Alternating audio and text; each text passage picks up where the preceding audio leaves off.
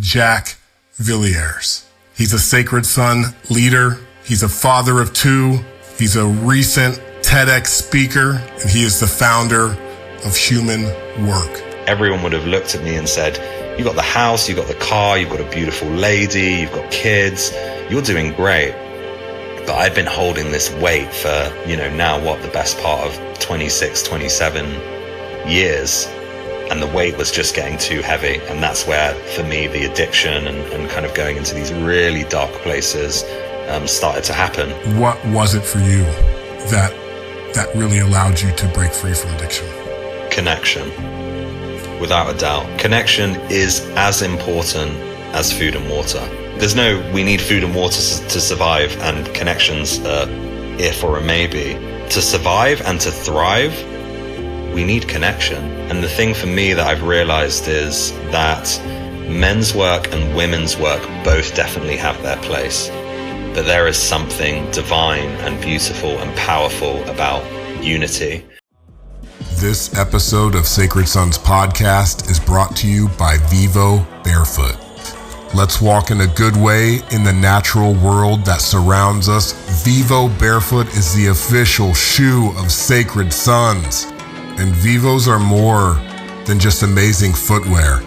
It is a beacon of natural health and lifestyle, proudly certified as a B Corporation with a singular mission to rekindle our bond with nature, step by step, person by person. Vivo Barefoot footwear embraces the principles of wide, thin, and flexible design for optimal foot health.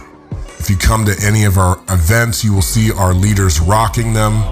And here's an exclusive offer for our Sacred Sons community. Get 15% off your first Vivo Barefoot order with the code, all caps, Sacred Sons. Go to vivobarefoot.com, find the shoe or boot that you are looking for. At checkout, use the code, all caps, Sacred Sons for 15% off. And join us as we reconnect to nature and ourselves. Much love, family.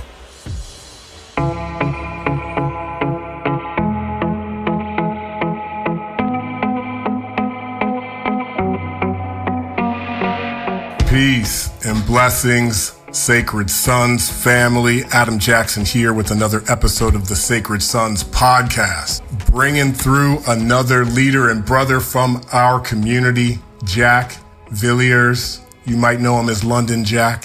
As I originally met him, you might know him as Ibiza Jack. One of my favorite things about this community is the connections that we actually have and that we sustain over years. Jack, when did you and I meet back at Maui Prime? I feel like it must have been 3 years ago now. 3 years and many lifetimes. Which feels like 30 though. So it's time doesn't exist in this realm. Yeah, time doesn't exist, but the connection is what expands time, is what I observe. Like having these authentic connections between brothers really allows us to expand time, to give the best of ourselves, to create. And so you are one who I see out here who is creating, who has taken the healing transformational work that you experienced and are really like using it to create and to help lead others. That's what I see in you. And so let's talk about it with our guest today. He's a Sacred Son leader. He's a father of two. He's a coach and business mentor. He's a recent TEDx speaker. He had an amazing TEDx talk that just dropped around fatherhood. And he is the founder of Human Work. Please welcome Jack Villiers.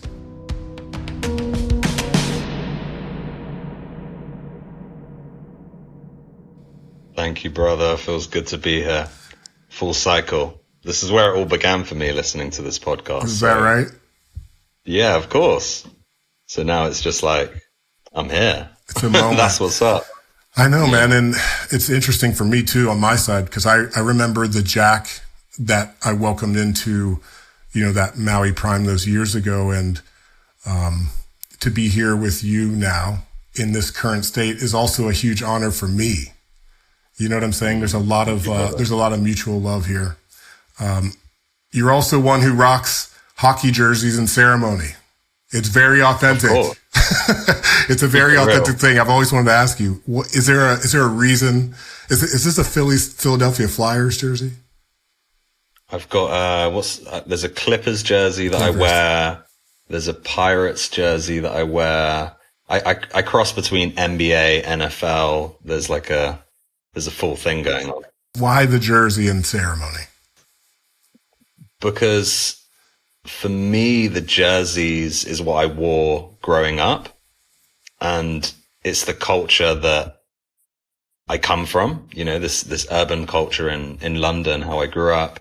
And there was a part of me that always felt that I could never integrate those things, that it was, if I became a spiritual person or a businessman or a father or this, then I would have to let go of everything that came before. And then there was the part of me that was like, I can wear a jersey and a bandana and a scarf and holsters to ceremony, and all of these parts of me can coexist in harmony. So for me, it's an honoring of integrating all the different things I love and knowing that all of them can exist together. I love that. I was recently at a weekend with a brother, and he was wearing Minnesota Vikings gear. Like every day, he had slippers, he had a jersey, and in his process, he got to a point, and he's like, the reason I wear this is to honor my father. He's like, my only memory of my father is watching these games together. And so like sometimes we see things that we might judge or we might think are really rad. You know what I mean? But we don't have the full story and that meaningfulness of something as, a jersey is also like a massive totem. When you said, what I really heard in there is like, it's a honoring of your inner child. It feels like me. And I remember the first time that I started, I have all these jerseys that I don't necessarily always wear day to day. And then I did a ceremony in November and I was thinking, what do I wear? And then I looked in the wardrobe and I was like, of course it's the jersey. It's an honoring to where I come from and what I enjoy. And like you said, with the inner child, it's like a playfulness of, I don't have to be this serious person, turn up and I'm in a black robe. I'm in a jersey because this is who I am. What do you want to wear? And it's inviting people into that expression as well. Yeah. I think a little bit more of that authenticity in the spiritual community is welcome. You know what I mean? Especially like you and I are dads. Like when we invite our kids into ceremony and not even like, into community and into the hangouts, we also want to continue displaying ourselves for our children's sake, right? Because they're watching. And I used to ask myself that. I was like, will I still wear tracksuits? Will I still wear jerseys? Will I still wear hats when I'm older? And I'm in my 30s now, and I just don't see it changing. There's more variety coming in, but it's like that expression feels authentic to me. So why would I change it just because I've become something else? I don't feel that as we evolve, we have to necessarily let go of everything. We can integrate things as well. So that's my integration of fashion. Right. Fashion's a big part of what we do. I love the merch culture. You know what I mean? So listen, we're close to Father's Day, and I've been having a few talks with different men in the work around fatherhood. You recently put out this TED Talk, and just in the beginning of Sacred Sons, the messaging was returning the father archetype, and how that shows up for us in our work is that many of the brothers who maybe grew up without a present father are returning that father into themselves and within their own families. That's where the real return is. That's something I've witnessed in you. What was it like putting your life story together and presenting it, with your understanding of fatherhood from this place? Yeah, it was a deep process for me, because originally the talk, when I put forward the idea, there were going to be some themes of fatherhood, but it was going to be a bit more about masculinity and what it means to be a man, and then a link with growing up without a father. And then the day that I had sat down, I had the idea, I was going to write the script. I'd kind of sat down at my laptop a few times and started trying to write. So I was like in the process had started. I was out with my son and I got a call saying that my father had died, and I hadn't seen my dad for 20 years. He was a drug addict and an alcoholic when I was growing up. And in the last 3 or 4 years of his life, we made peace. Because of this work, because of what I've done with Sacred Sons, I was able to call him and say, hey, I don't need anything from you, but let me share how I feel. And we had found this beautiful peace in our relationship. And the thing was, the week before he passed away, I had messaged him and I said, we're looking at doing Sacred Sons out in South Africa. I might be coming to see you in the next year. I had a conversation with one of our bros out there, and he had replied and said, oh, I'm like really excited about that. My dad was an addiction counselor once he got sober. So he was in his own personal development journey. He was seeing what I was doing. So it was at that moment, being initiated by this grief of losing my father and the little boy inside me, it landing in my body that I was never going to have that moment of reuniting with him, which was a big moment of grief for me. The only thing that I could think of doing was honoring him and channeling my grief into this talk.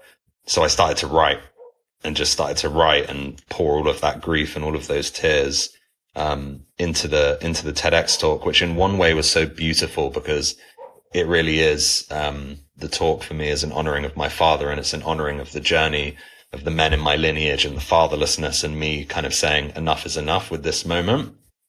And at the same time, every single day waking up and rehearsing that and replaying it for 4 to 6 months is super intense, really, really intense. I got to a stage where I felt, can I actually grieve this anymore? Do I fit? It's so in my psyche, in my body every single day. So it was a profound process. And when I got up on stage and I delivered it, and I was thinking about, okay, I need to remember my lines and all of this sort of stuff. As soon as I just let go and I saw the picture of my dad come up, which is how it started, I saw him, it was everything just evaporated. And I knew that I was meant to be in that moment. And that if that message, if there was one single mother, one man who grew up without a father, one teenage boy who saw that talk in the audience or online, and it in some way supported them, that my work was done and that my father's work was done. So it was a profound experience and challenging, but I'm glad that it happened. Profound, challenging, and honoring. I think in our culture, we don't always do the best job of taking care of our dead, honoring those who have come before us. And that's a big part of our work. And we talk about it as ancestors, as if it's something so far away from us. But here you are in transmuting the grief into this honoring. I think it's a beautiful creation.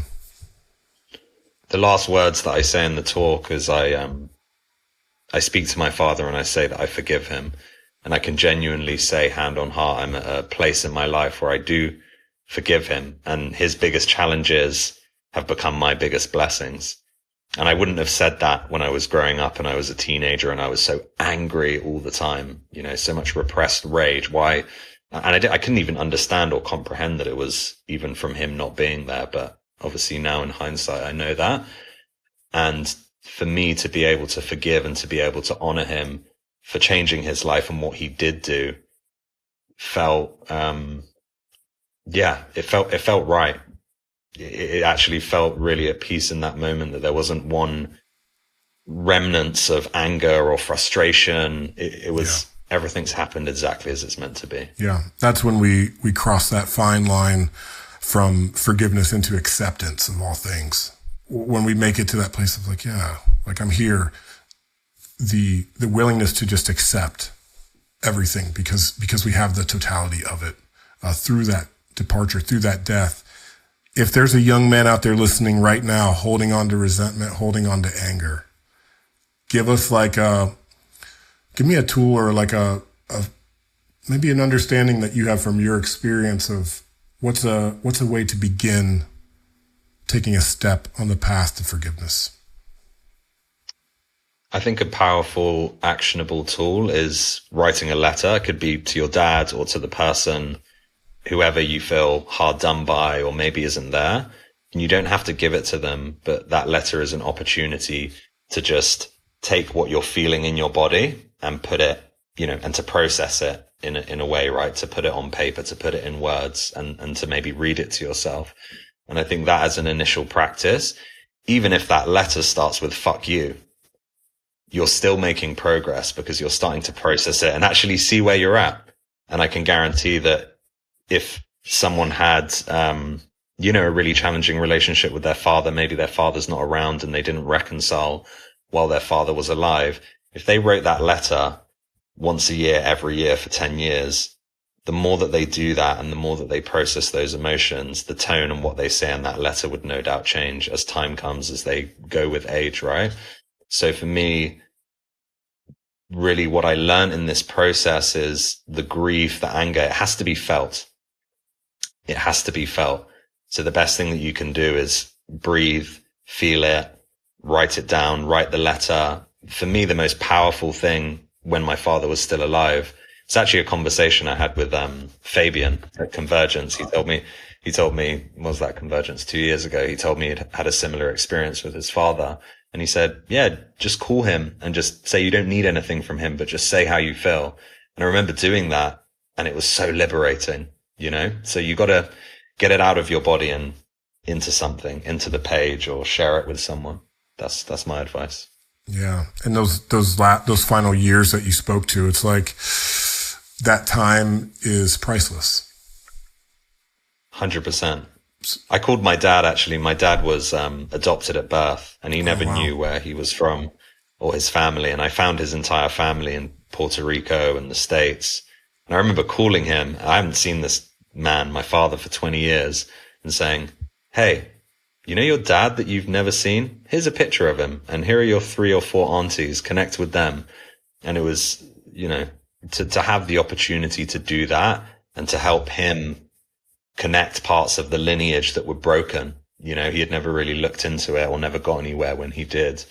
That's a priceless moment for me, because that was truly ancestral healing, and to be connected with them. In fact, when I come out for Convergence later this year, I'll be meeting my aunties for the first time. Wow. It's like, what are the chances? The gift just keeps on giving too. That's how generous the universe is. That's how generous Creator is to us, right?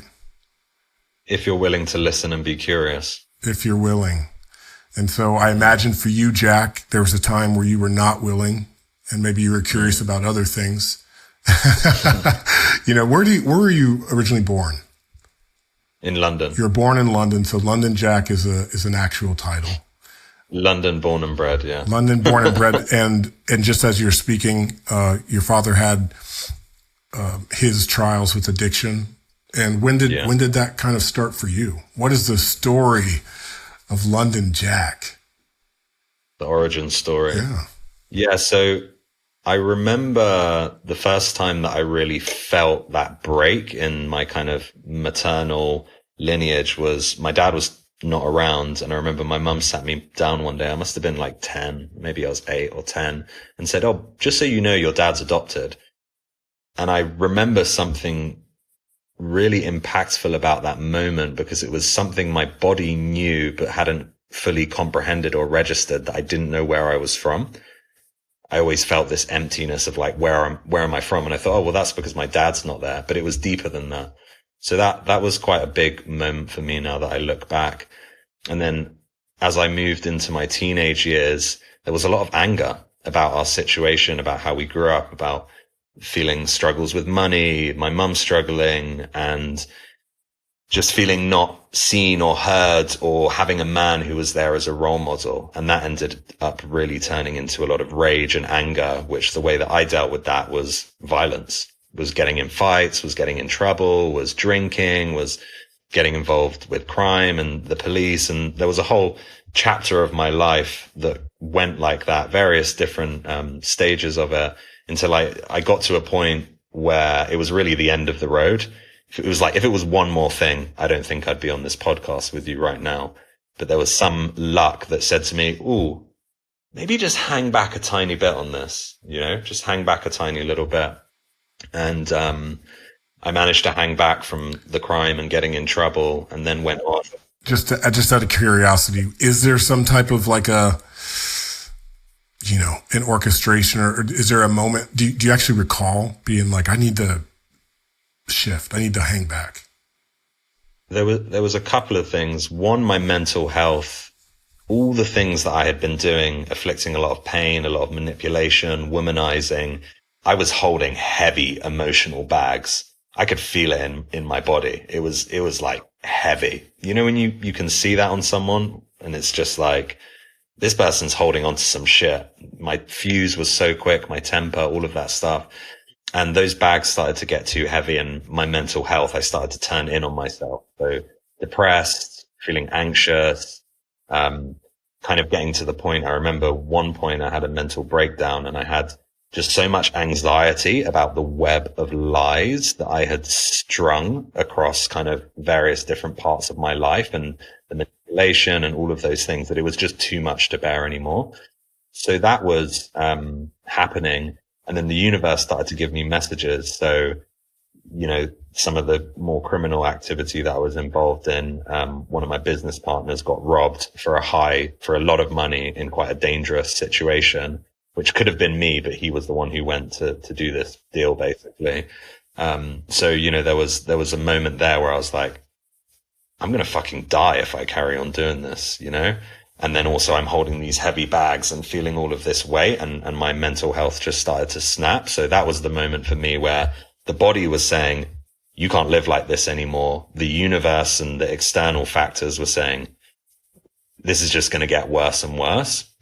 And I think beneath all of that shit, and many people who knew me back then would have not seen me as quote unquote a good person, I did always have morals and values. My mum actually did do quite a good job of raising me. I had chosen in a way to become that person. My mum had done a good job with the little that she had. So that part of, me that my mum had imprinted on, and knew that there was better and that I deserved more. And I also felt my potential, I felt my potential, and it was like, okay, just try something different for once and see if it works.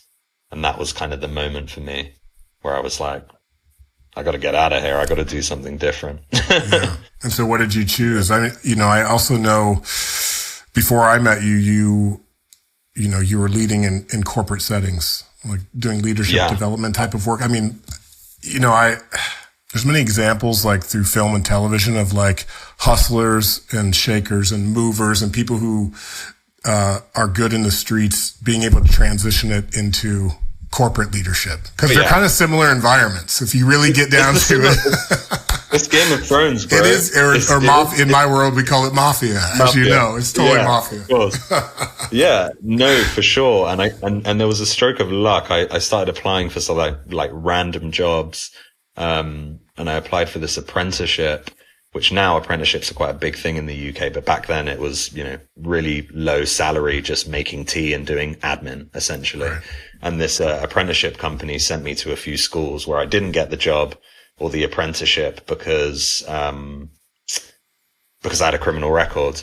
And then they sent me to this recruitment company in the city, and I remember arriving there in my like secondhand suit with loads of gel in my hair, and was like, okay, sales, maybe this is something that I could be good at. And I was so lucky because the person who owned the company had a tattoo on my neck. They would have never hired me had he seen me, but just so happens that he was away that week. And the person who hired me was kind of like, okay, this guy's super rough around the edges, but I think he's got something. And I've been running my own business on the side, little hustle car washing business, alongside the other activities. So I got the chance, and it was like, as soon as I got in there, I was so rough around the edges. I was so rude and just like, yeah, but I was really fucking good at sales and really good with people. Yeah. Cause my mum always said that I was a chameleon. So you could just throw me in any group and I would just shape shift and be able to fit in. So I got really good at that. And then although a lot of the issues that I'd experienced before I had left behind, you've then got someone in their early 20s who's come kind of off this sort of street life, fucked up school, and then they start making a hell of a lot of money very quickly. So then that's where my material situation had changed and things were great, but then different demons that I hadn't really experienced started to emerge. And ultimately I had a very successful career. I went on to work in tech companies. What were the different demons that came through? The big one for me was addiction. So when you were in the streets doing this work, you were not really using as substances in that way. I would just smoke ganja and that was it. Yeah. You were always taught you supply the fiends, you don't become one of them. Right. That's how I was. But then like, taking Jack out of that environment, puts you in the corporate environment, and then it brings on these other tendencies that began to surface. Dude, I remember the first week that I started this job, they had like the Christmas party. I must have started in like December, and there was limousines picking us up, champagne everywhere. I was like, what the fuck is going on here? I was like a fish out of water.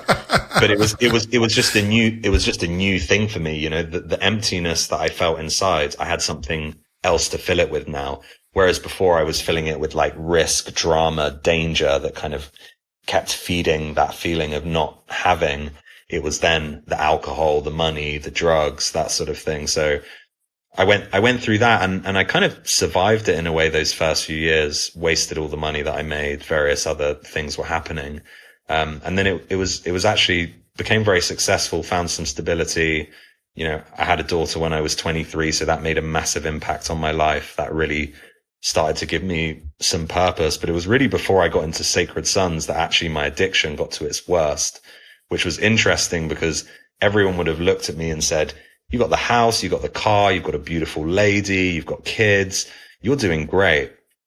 But I'd been holding this weight for, now the best part of 26, 27 years. And the weight was just getting too heavy. And that's where, for me, the addiction and kind of going into these really dark places, started to happen. Even as much as when I came to Maui, I wasn't sober yet. Right. I was getting on that path, So so you come to Sacred Sons. I said this recently to another brother. It's like, I know what we do is powerful, but ultimately you are doing that work, to overcome addiction or to break through obstacles. What was it for you that really allowed you to break free from addiction? Connection. Without a doubt. Yeah. Every time. Every time. Yeah. Well, it's this thing of the drugs gave me an opportunity to control a flow of connection with something, right? I knew that I could buy the drugs, that I could disappear on the night out, that I could send myself into oblivion. It was in control and predictable, and it fed that kind of dopamine and that feeling of like love, the rush, all of these things. And I really don't think in my life, apart from, I would say, with the partner that I have now, I'd ever really experienced anything close anywhere else. And when I came to Sacred Sons, and I remember it coming into Yao Valley and coming down and being greeted, I think it was Carle I saw first, and then going down and seeing J-Mac and seeing you standing on a rock. And it was the look that every man gave me in my eyes. It was something of, we're here to do some work, but we're going to accept you and we're going to love you. And that was just before I even walked into the opening ceremony. It was like my body knew that it was so starved. I'd so starved myself of connection for so long. I'd been living with all these demons, and it was that simple that once I saw I can receive connection and I am worthy of it, that was a complete paradigm shift. Drugs did not. Even after when I relapsed a few times when I was trying to get sober, drugs didn't work the same way after that, because I knew that there was something better, and that was genuine human connection and people who cared about me. So that for me was the power, but also the simplicity of it. That is so powerful, especially in a world that is starved of connection. And I'm not saying everyone everywhere, but broadly, this rise of technology, social media, digital connection has deeply starved us of the nourishment, of the nutrients of actual in-person, eye-to-eye, heart-to-heart, truth-to-truth connection. This world is starved of it. And connection is as important as food and water. There's no, we need food and water to survive, and connections if or a maybe. To survive and to thrive, we need connection. So for me, it's just, when I think about that journey, you know, what could have been different? It happened all perfectly. I don't regret anything. I'm so happy to be where I am now, and for all of the divine journey and the lessons and all of those things.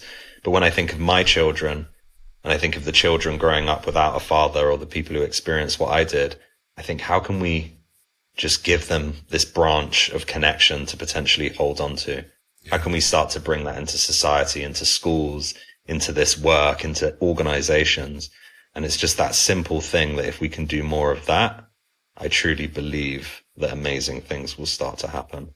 And we're doing it. So. And they are. It's not even a belief anymore, bro. This shit is verified, time tested, proven at this point. And I hear you. I hear you too, though, that it's like we believe that there is, you know, a better world that is possible. We believe it with every ounce, every cell of our being. And we know it to be true because prayers have already been answered. As Sacred Sons, we've been doing this work now for some time, a few years, or 6 years specifically. But like you being here today is a prayer answered. And there has been so many prayers answered simply through the connection of other brothers. And it doesn't have to become more complicated than that. And I love that about what you said. And people feel it. I have interesting examples recently where I get on a plane to London and I see a man who I kind of know, or I meet a man who I don't know for the first time, right, and strike up a conversation, start talking about something. And I know they can feel it.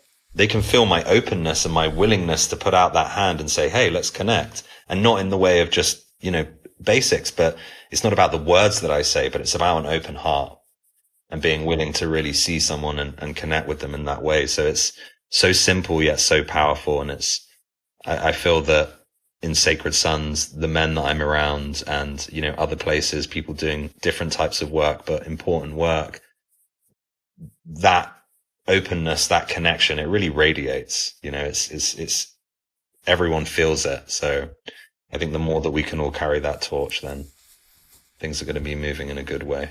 Yeah. Everyone feels it. Everyone needs it. That's why you're bringing human work through, you know, just as Sacred Sons this year, it's inviting women into our containers. You have created a container, a organization of your own, doing this work, passing it on. And so I think you're right on time. You know, like, just like you said, things had to happen the way that they happened for you to be inspired in this way, let's just say. And so the ripples continue. You're helping people.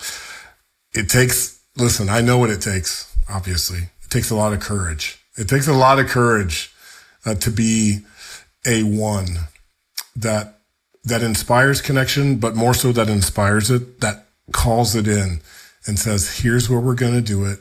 Here's what it's going to look like. And like, all of you is welcome here. It takes a lot of courage to do that. What does human work mean to you?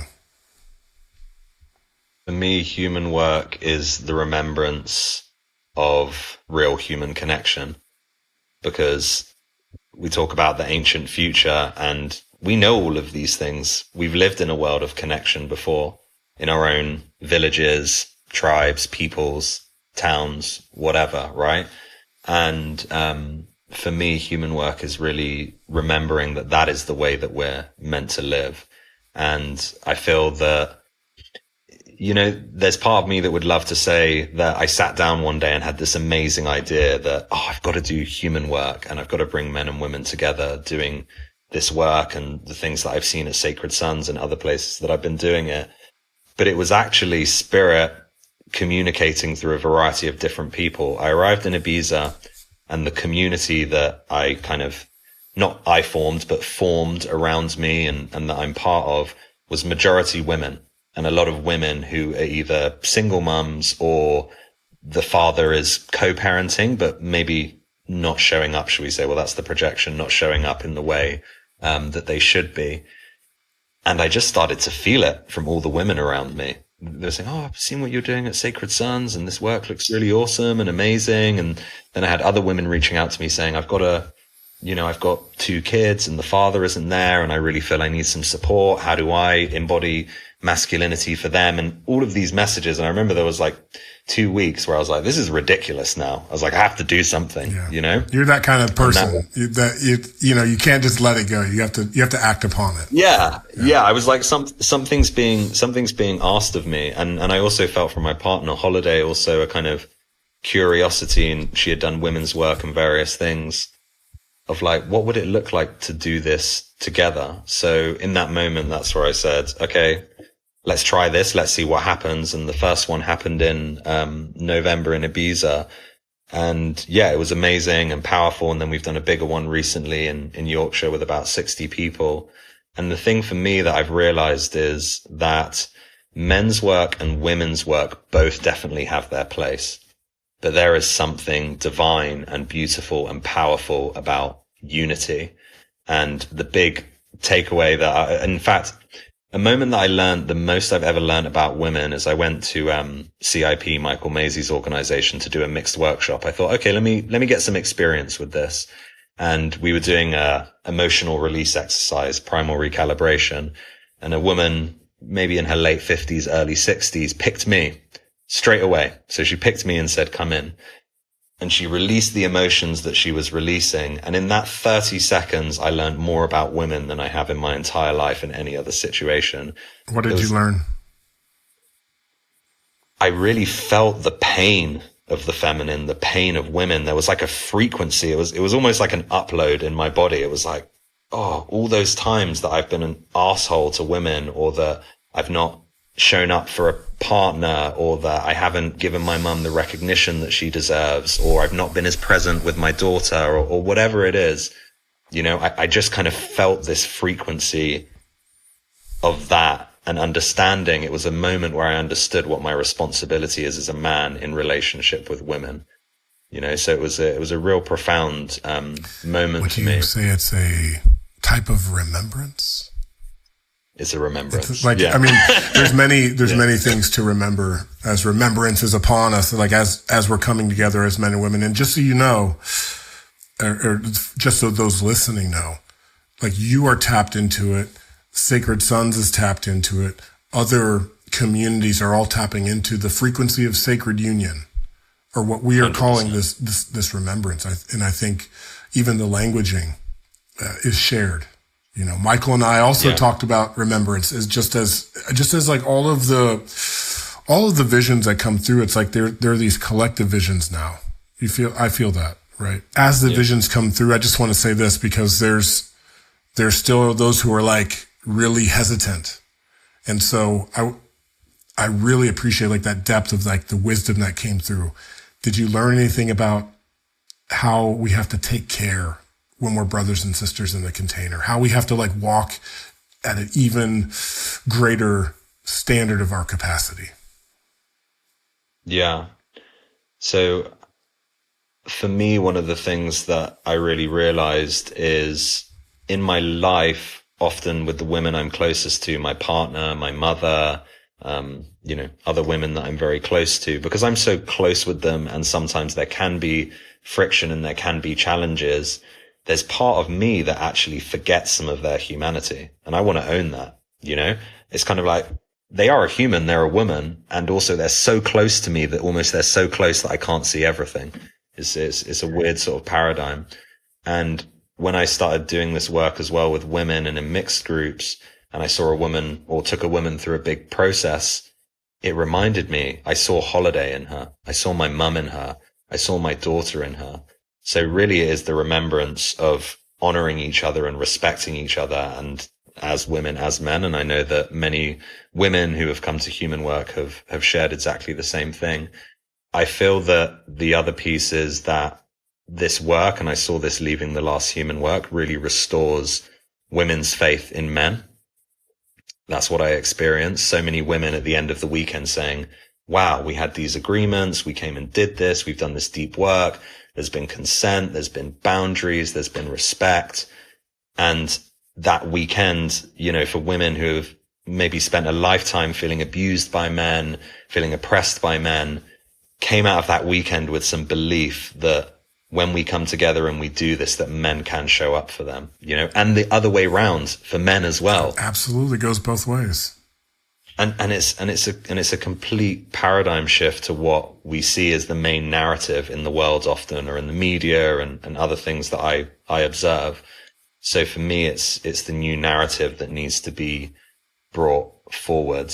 With agreements, with respect, with boundaries, with trust, that work with men and women together can be done in an amazing way. Yeah. And it's the time for that unity, it's being called in. Yeah. And even aside from the deeply profound work, the healing work that happens as a result of the coming together, like one acknowledgement I like to make is for Remembrance, Convergence 9, we're inviting in 500 humans to be together, and for women to come into our community, a group of men who have been dancing this dance for years, a group of men who genuinely love each other, who know each other, and who hold our agreements together. Just being in that community in that way is a healing experience. As soon as just walking through and knowing that that's happening, it's so simple, but yet so powerful.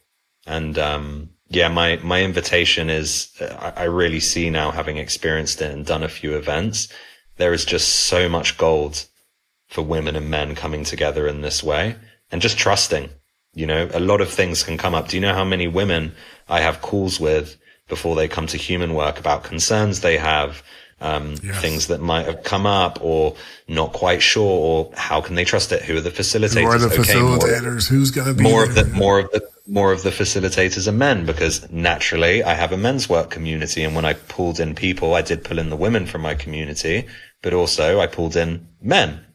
Who are the men? How's this going to work? And every woman that I've had that conversation with and then has trusted that process, it's just, again, the gold that's come up for them and the healing.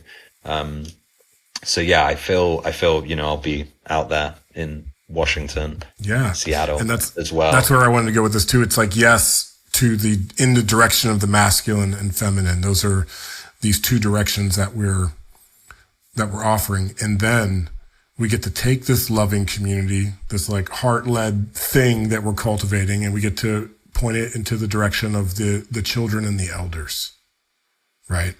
So the men and the women coming together in unity, and then we bring the elders, the babies, the mothers, and that is the center of our community.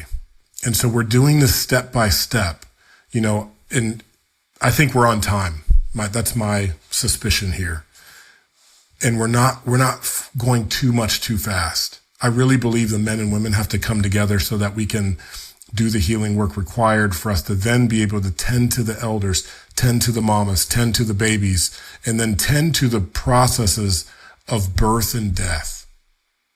I think these are the pillars of the human experience in terms of human work. These are the two ceremonies, our entrance and our exit, our opening and our closing, that are the most vital for us as humanity to take our power and command back over. Birth is having peaceful, guided births into this realm is very important. And for us to take care of our elders and those who are on their way out, I think societally it's become discarded. And so the question is like, what has happened to men? This is where Sacred Sons comes in. What has happened to men that we have allowed our society to push our elders to the sidelines, to treat our children as commodity in an industrialized birth system? And like, yes, listen, I get it. There's safety and there's all of the things, but then there's our humanity.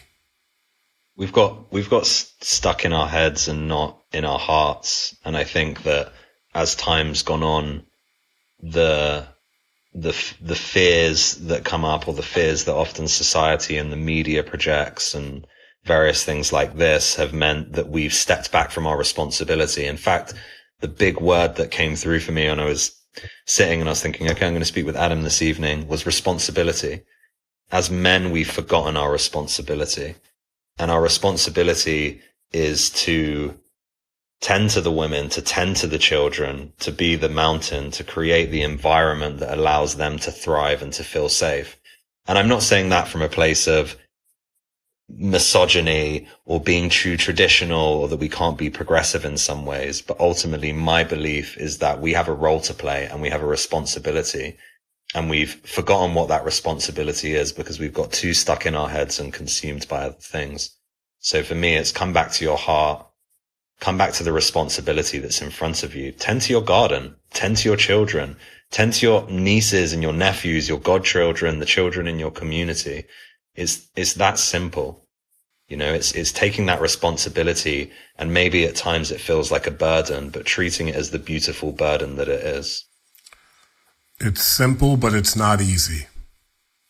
This is what I learned. This is what I learned just in my years, even of skateboarding, of engineering, of putting out records. Like, these things are, you know, everything is simple, but it's not easy. So in the not easiness, we get to choose our hard. We get to choose what we give our energy to make it easeful. And so that's why we train. And I just want to wrap up this Remembrance Convergence 9-piece. Join us September 19th to 22nd, brothers and sisters. If you haven't already, tickets are going very fast. Join us in Olympic Peninsula, Washington.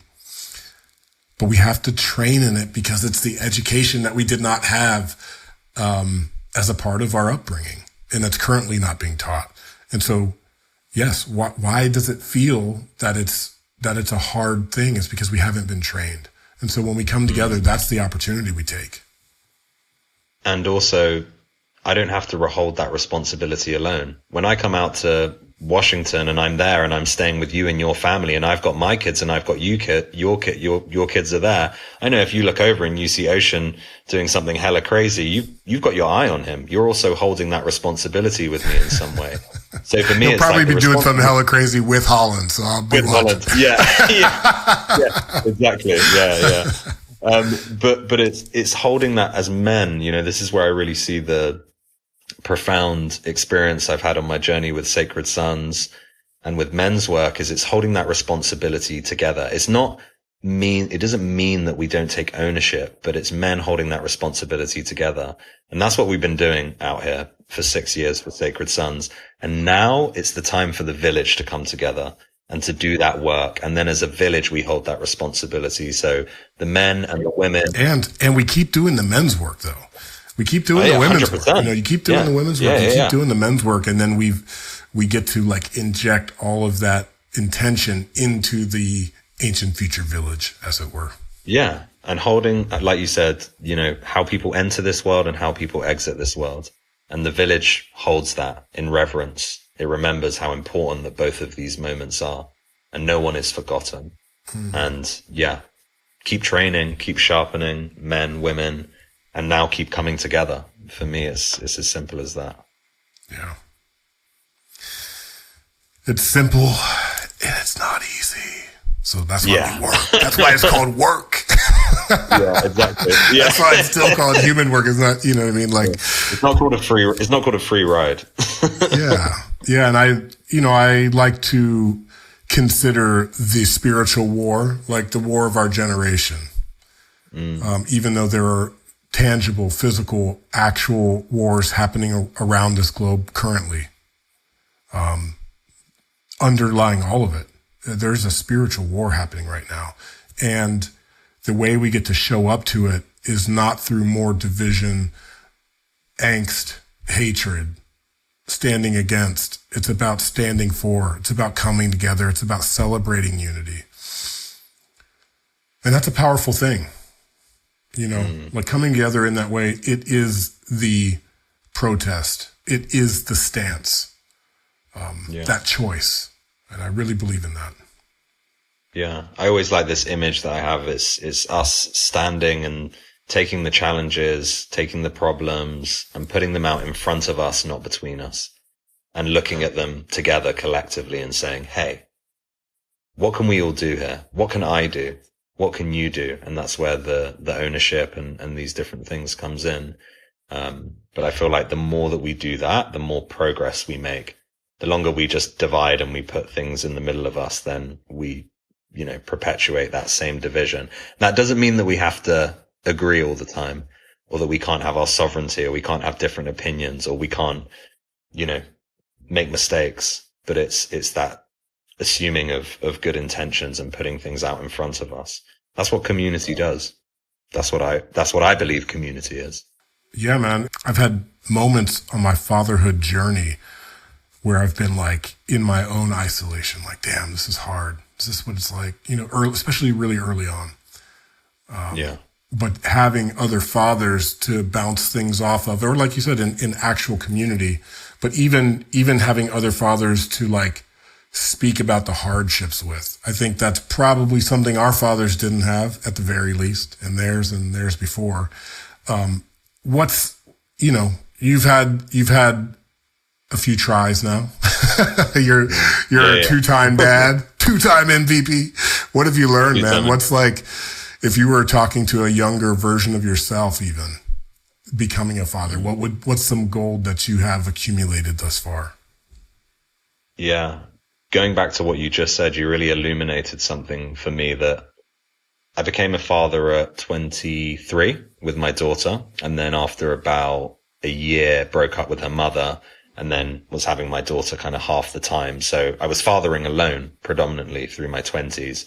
It was quite a double life. It would be, weekends with my daughter, maybe some weekdays. And then, I've got these other days where I'm not. And then I'm in my, not even mid-20s. Yeah. Okay, now I'm a bachelor. What am I doing? How do I want to live my life, right? So it was these two parallel lives happening. And other than my mum and some family members, and it's not that my friends at that time didn't want to support me, but they were in their early 20s and just had absolutely no idea how to support me. And now I think about that version of me being a father and what I had to, the trials I had to go through and the work I had to do on myself.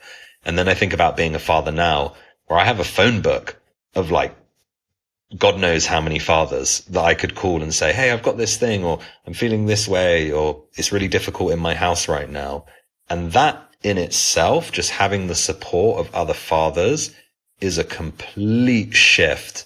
Having other people that can help you expand your capacity to hold, to be a good father, to show up, that can offer you reflections. So it really illuminated that for me. And that, my biggest piece of gold to give to any father would be, what other fathers are you connected with?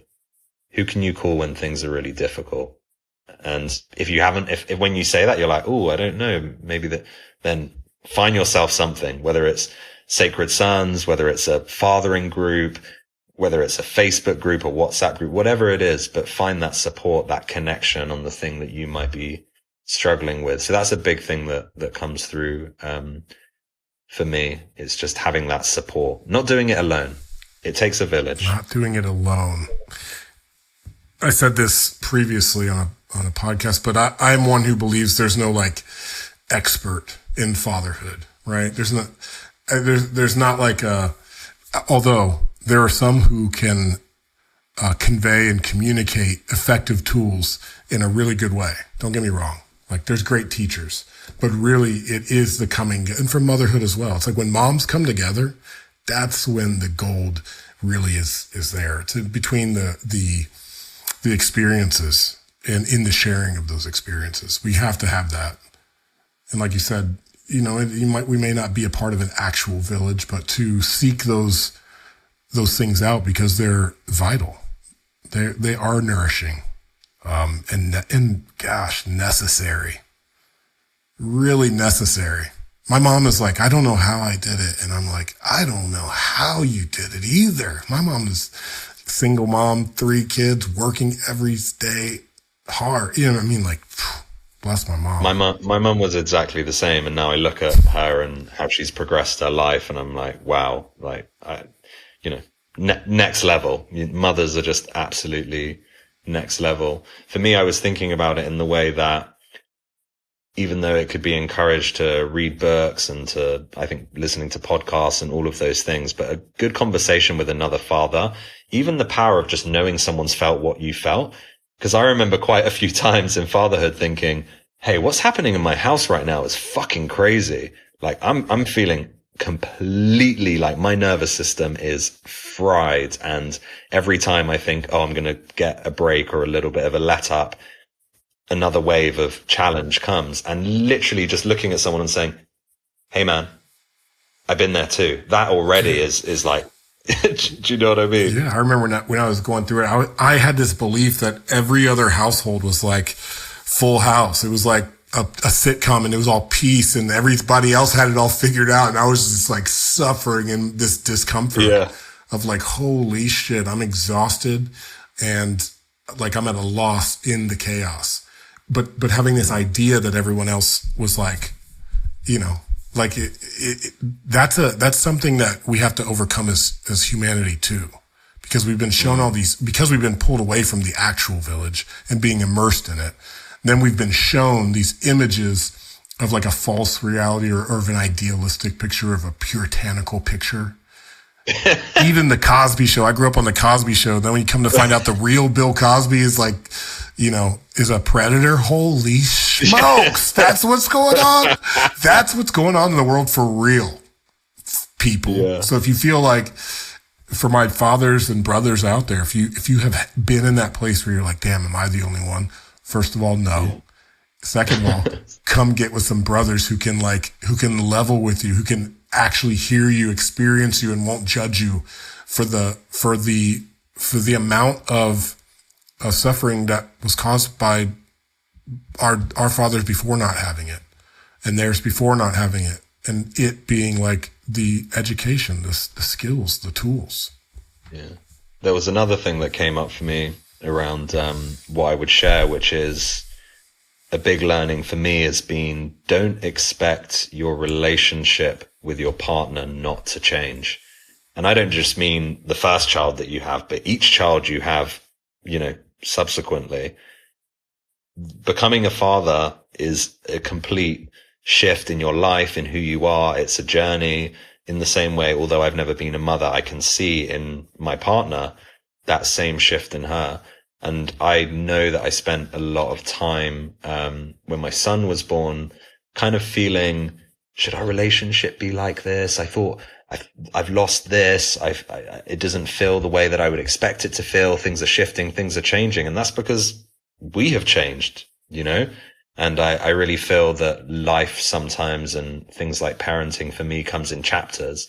So I know that when we welcome another baby in, which we hopefully will in the next couple of years, that will be another chapter. And that will mean that the way that I view my relationship and how I show up and the way that I, bring value to my relationship and receive value from it is going to change. And I shouldn't be hard on myself or hard on my partner because it's not the same as it was before that child came along. So it's really honoring that evolution of the relationship, of being parents together, as well as being lovers, as well as collaborating and doing all the amazing things that you can do in a relationship. Yeah, as well as giving each other space, as well as giving each other physical touch, all the things, gifts, all the ways that we get to express our love. I feel like it's ultimately the evolution is in our capacity. So we just had our baby girl, we just had a daughter, and the capacity of it's not just mine or Hannah's, but now all of our other kids, you know, Noah, Johan, Holland, we all get to expand our capacity because now there's another human being in our world to love. You know, it's a perfect design if you let it. It's a perfect system if you let the love in and you allow the capacity to first grow from the heart. As fathers, we want to grow the capacity from the mind. How am I going to afford it? How am I going to go to work and drop them off? How am I going to do, you know, it's a very... I need to get a people carrier now. You must have a big SUV now. We have a minivan, but the capacity, if we let it, it actually starts in the heart. It starts with loving that brand new baby who is only a ball of love from like the essence of creation itself. And so starting from that place versus all the fear programming around fatherhood, I think that's something that to keep out in front as well. Like, yes, keep shadows out front, as we were talking about earlier, but also keep love out in front. Keep the knowingness that this is all perfect, that this soul chose you, and that you chose this soul, and that those agreements were made many, many lifetimes ago. And so if we get to approach fatherhood with this spiritual sense, and we get some practical tools from our brothers who have been there and tried and failed before, now it's cooking. Now we can cook. Yeah. And it's interesting you say that, because I felt we lost a baby to miscarriage at the beginning of this year. And before that soul came with the message that it had, obviously it wasn't meant to come into the complete physical realm. I had some reluctance about having another child. I've got my daughter from a previous relationship who's 8. I've got my son, Ocean, who's 3.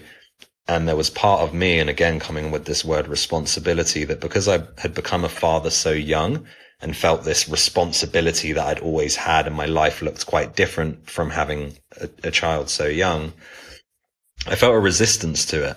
You know, there was part of me that kind of was like, I want it, but then I don't know if I want it. And my partner had definitely dropped into the space of like, this is what I'm feeling is coming through for our family. And this soul came in. We found out that Holiday was pregnant. And in that moment, it was the message of, you've got this, Jack. You can expand your capacity. You can love another as you love your current children. You can continue to love your partner. You can support with love and presence this new soul coming in. And this soul didn't end up coming in, which of course was its own process and challenging, and going through supporting my partner and honoring that soul. But that soul nevertheless did bring a message. And it was a reminder that when we lead from the heart, we can expand our capacity and we can create. And now it's totally clear for me. There's no doubt, you know, it's just a case of when will that next child come in. So yeah, that gave me a real different, just a different viewpoint of these messages and souls coming in and maybe not quite making it. And how can we honor them as well?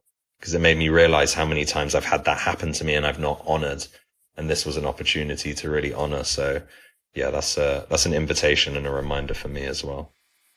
Yeah. I think it's also a common experience many couples share, but many men have, of not knowing how to show up in that circumstance.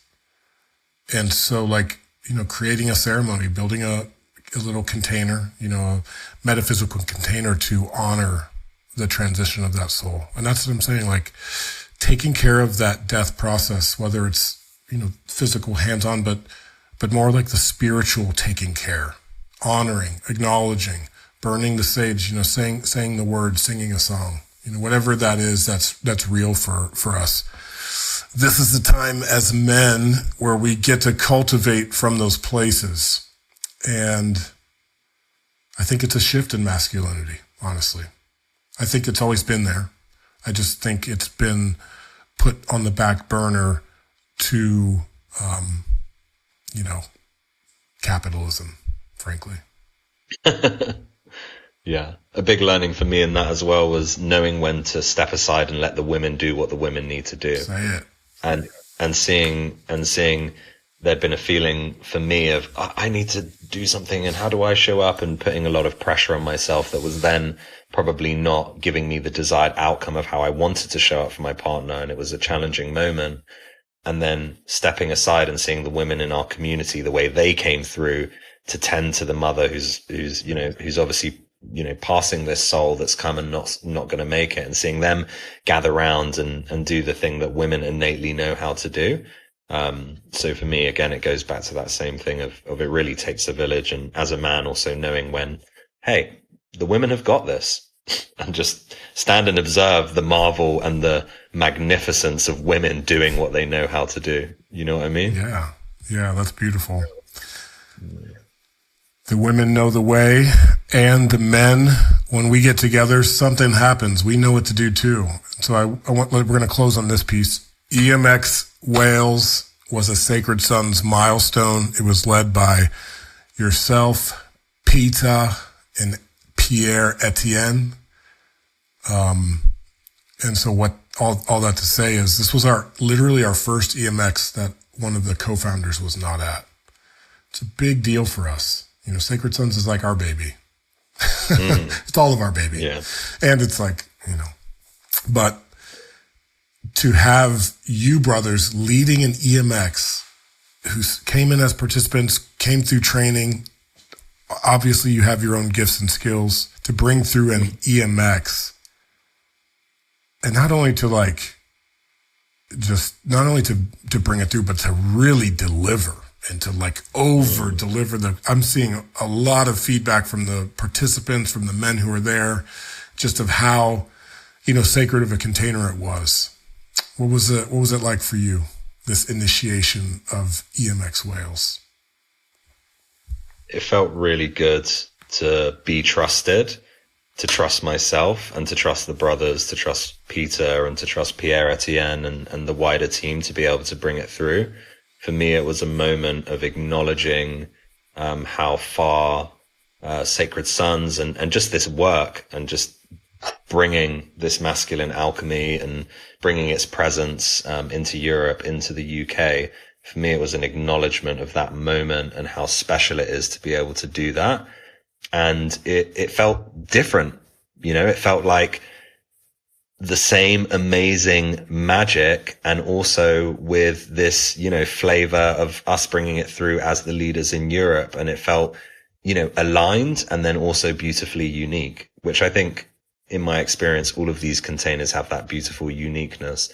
But to be leading that and to be facilitating that and bringing it through was such a deep honor. And it was just, I think a moment when I look around at the team and the staff who were helping on that event, all European, you know, UK based brothers, I was thinking in what feels like a short space of time, but actually isn't a short space of time, the progression that I've seen in each and every one of these men is just incredible. And to witness that and to lead and to go into another weekend where I ask myself, how can I enable and lift up these other men, these other leaders, so they can do exactly what I'm doing and do it in their own way?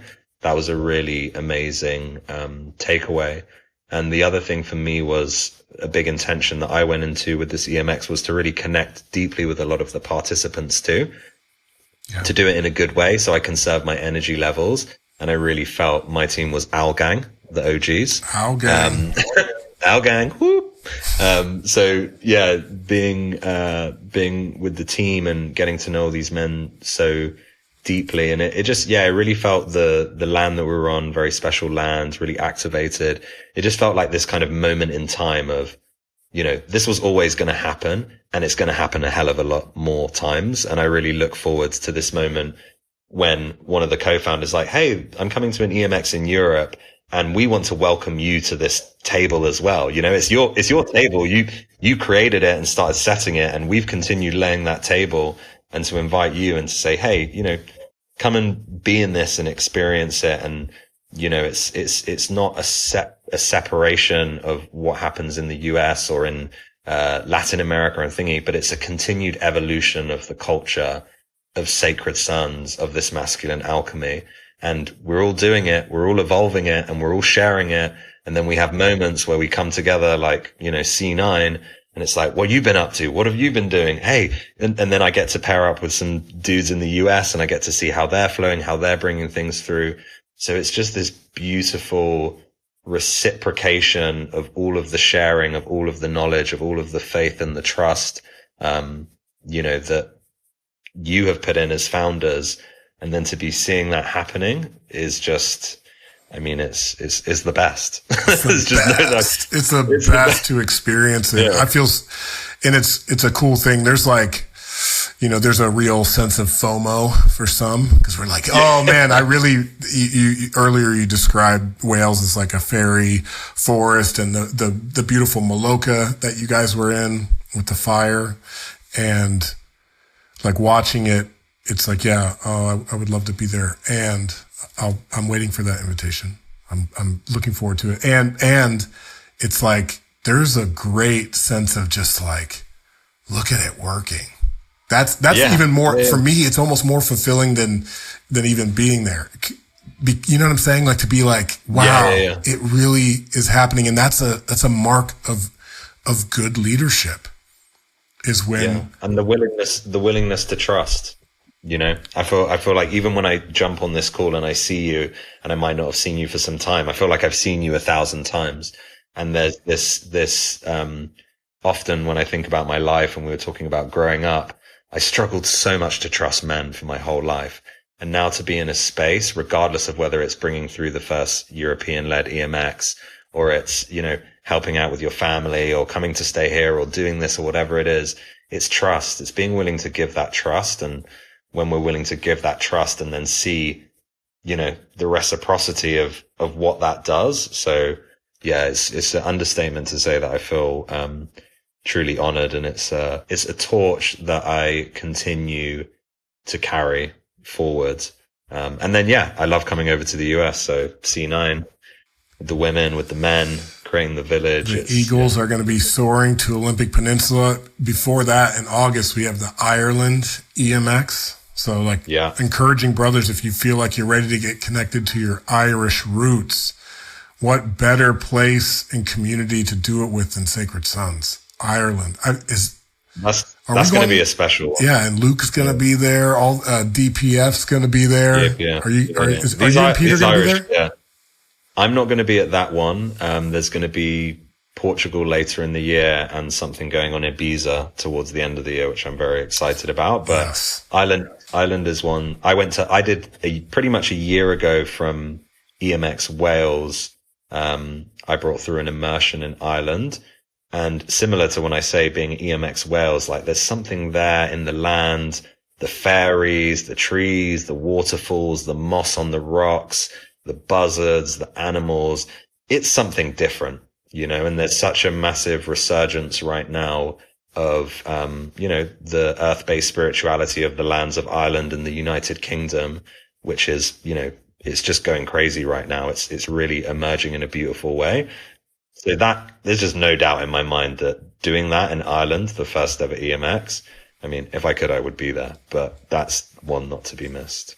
Dude, I'm still in Scotland. I'm still in Scotland opening ceremony. If anybody was there, you probably know. I mean, you know, when we acknowledge the lands within that way, it's miraculous. Things happen that we can't explain. It's magical. I will tell you, my highlight of EMX Wales is on the final day, you know, a lot of deep work done over the weekend, a lot of joy, a lot of celebration. I hiked with my team to a beautiful sacred waterfall, and it was, you know, it was a bit of a steep hill to get down there. It wasn't that easy getting sort of 30 men down there, and each man stepped into the water and plunged themselves and shared something, like a commitment that they wanted to make, maybe something they wanted to integrate and cleanse with the water. And witnessing a group of 30 men in this most beautiful spot of nature, like honoring, making commitments, making intentions, being applauded, you know, by the other brothers in this is just, there's just nothing better than this. And, you know, if as a man you haven't experienced that, then, you know, it's definitely to be experienced, even if it scares you. Yeah, especially if it scares you. Lean in. Yeah. With that, Jack, is there an invitation? How would you invite a brother in if somebody made it to the end of this podcast and they're wondering, should I show up at EMX? Should I show up at Remembrance? How would you call a brother in to do this work in 2024? I would say to them that if they feel any fear, any resistance, any judgments, anything like that, then in my life, I would tell them that has been like a compass towards the right direction that I should be going in. So to follow that sensation and to go for it. Go for it. Plunge into that waterfall. Yeah. Jack, I can't wait to see you and Ocean and Holiday. We're going to have some fun times hanging out in Washington and San Diego this summer. This is a part of the dream too. The culture that we're creating is for many of the leaders to bring our families together and just for good old fashioned hang time. That's it. Yeah. And it's just as important, right? I think one of the things with the events is like, it can be perceived that there is deep work going on and all of this stuff, but just the community and just hanging out and having a good time. I've got friends in Sacred Sons that I would have never, if I hadn't have done Sacred Sons, been friends with this person because of different backgrounds, whatever, projections, all of these things. And it's like, even Peter, you and Peter, you guys are like a pair in my mind. You know, you came through at a similar time. Yeah. Like match made in heaven. Yeah. So if anything, it's like going back to what you said, is like, if you're going to come to Sacred Sons for any reason, then come to just get some new cool friends at a minimum. Guaranteed. Money back guarantee. Yeah. You're going to find some cool friends. Yeah. Gosh, is there anything better? You know, good friendship, good family, good foundation. That's what it is. That's it. That's what it is. Yeah, it's as simple as that. All right, everybody, if you want more of Jack, go check out his TEDx talk, How I Overcame Fatherlessness. Go check out Human Work. Come to C9 Remembrance. Full circle, bro. That's it. Full circle. Thank you, brother. And now that we've come full circle, now we start to do the ascending spiral together. You know what I mean? There we go. The dance that keeps on dancing. With that, Adam Jackson, Jack Villiers, Human Work, Sacred Sons. We're out, family. Blessings. Peace.